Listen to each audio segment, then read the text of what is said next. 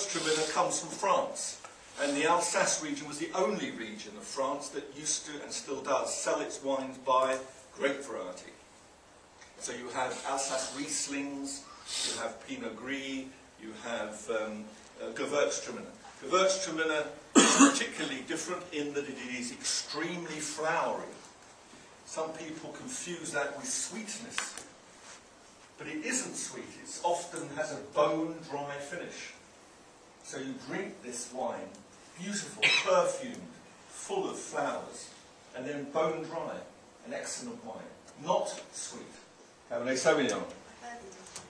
Yeah, what's that? What grape variety comes from Burgundy? Pinot Noir. They're the four. Cab Sauv, Pinot Noir, Merlot, and Shiraz, which is also known as Syrah. In France, it's Syrah. In Europe, it's Syrah. In the southern hemisphere, it's Shiraz. So what have you covered today? Covered a great range of things, from different grape varieties to the regions they're grown in, and matching food with wine. And what did you find the most interesting? Definitely the matching wine with food. That's a fantastic one, and learning about the different regions and grapes that are grown in them. Good. And so, what have you actually learned today that you didn't know before you came? There is a huge variety of grapes out there, and they all make really fantastic, interesting wines, and how well wine can complement food. Basically, this is aimed at the person entering the industry for the first time who probably lacks confidence, and so the objective is to build that confidence. How do you think we've achieved that? Does that work for you as a trainer?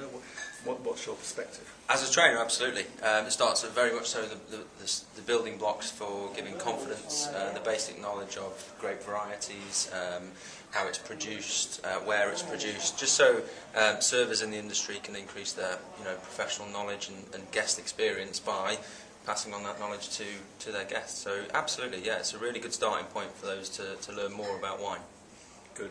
And are you happy to deliver it yourself? Oh yeah, no problem at all. Yeah, quite happy to do that. And it's always good to see people taking this industry in a professional light, which it is, and it ought to be.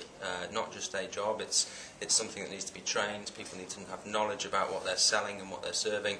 And this course absolutely does that, yeah. And as far as wine is concerned, is this the first time you've actually trained all of your staff, or the majority of your staff, in converting as waiters into being capable of being wine? We haven't formally trained staff to this level.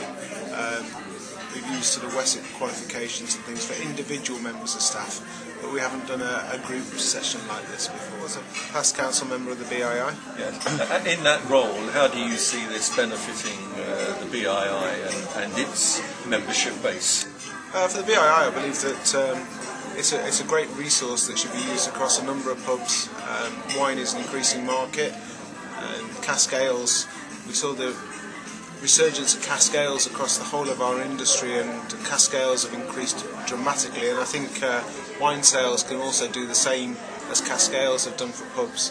A little bit of knowledge in most pubs could see a great improvement in wine sales, and obviously help bottom line sales. As far as the pub world is concerned, and let's say the BII, how do you think this course is going to help them in their future? Well, wine sales are definitely on the increase.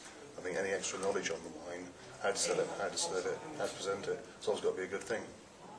And at the moment, do the BII actually wish to sell more wine, or are they still pub focused and beer focused? Pubs will always be their focus, but with the new market trends, people coming in, ladies now coming into pubs, sometimes on their own, wine sales have gone up. So wine's a very important part of our sales. And what about the food and wine matching? Is that an important element also for... It's something that the public are definitely looking at more and more and more. And any information we can get on how to match the foods and the wines together has also got to be better for the food sales and for the wine sales. Great. And do you think, as an entry-level qualification, this is relevant, that it works for entry-level people? Yeah, very, very, very much so. People still have this stigma about wine and what they're doing. Will they make a mistake? Will they be able to pronounce it? This course today is broken down to quite simple components. Oh, great. Thank you.